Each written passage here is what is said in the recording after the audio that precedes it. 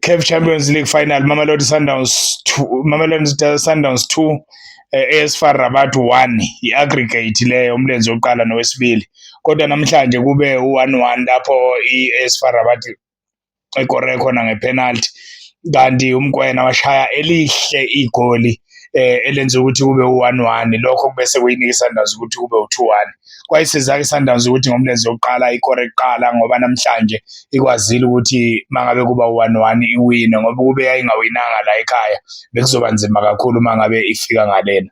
Lokho-ke kusho ukuthi iSundowns isithole isitaha sesibili, kodwa bangathi ubheka indlela edlale ngayo namhlanje, idlale kahle kakhulu iSundowns. uMkwena ubelokhu egqame njalo noJayden Adams ogcine nge-second half eseyolekelela i-backline, kanti mawuthi uyabheka uSantos namhlanje akadlalanga kahle ngoba kade bembekela imithetho ukuthi engayi phambili, naye akazama ukuthi engathi uhlala esiswini phambili kube uLeon noTashreeq Matthews kuphela.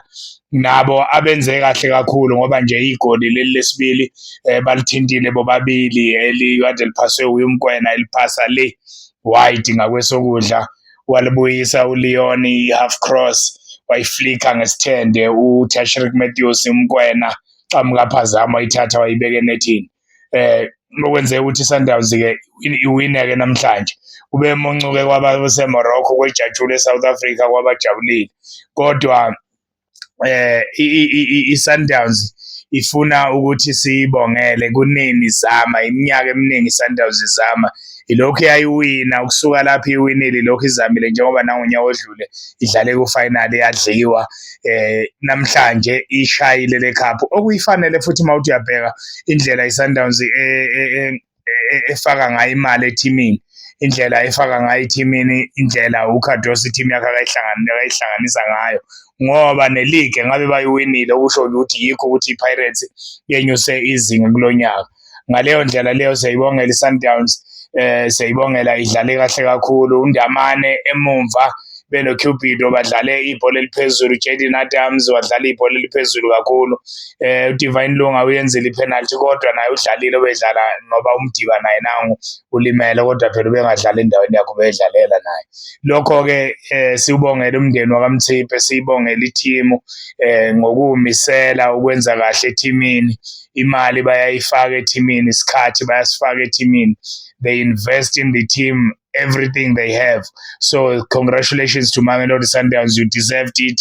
Congratulations to the Mamelodi Sundowns supporters, they deserve it, they support their team. 5,000 fans were sent by the team to support the team in Morocco, which is something great that I think even other teams, if they reach a chance to reach the final, they should also try and do it. So Sundowns did very well today. Sundowns deserve everything that they are getting. They are a great team. The people of Pretoria, the people, everyone who supports Sundowns. I say the people of Pretoria because if Sundowns play in Loftus, you can see that they are playing home. Supporters are coming in numbers, which is something to be appreciated. The management is supporting the team. They are always there when the team is playing. They invest in the team. So thank you, Mamelodi Sundowns, for representing South Africa well. Everyone around the world now can see that South Africa has arrived.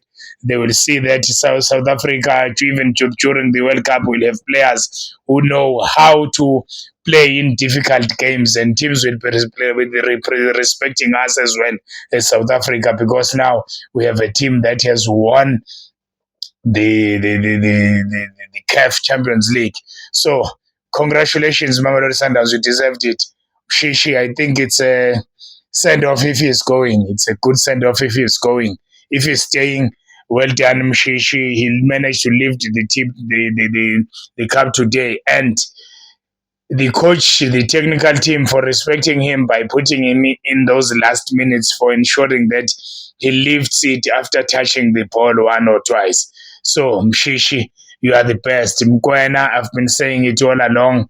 That goal that you scored, it's the type of goal that you deserved. I was happy to hear Mkwena saying that I had a dream last night of myself scoring. So that means this was destined for Mamelodi Sundowns. Well done. Kabuyelo.